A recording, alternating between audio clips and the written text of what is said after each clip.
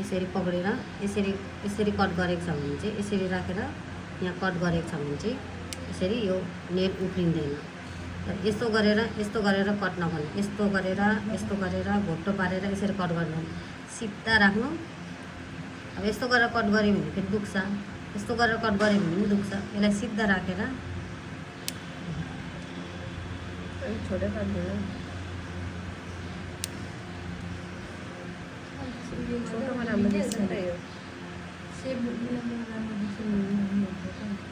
भोलि पाकपुक पारिहाल्छ।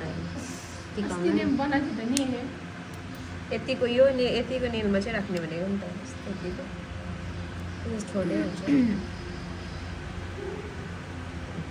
यो जुन चाहिँ छ यो दागी यहाँ छामा यहाँ टिप्स टालेकोमा दागी छ नि त होइन।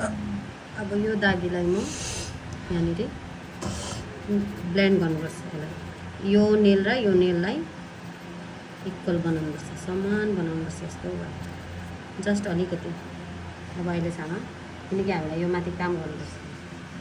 यसलाई मजाले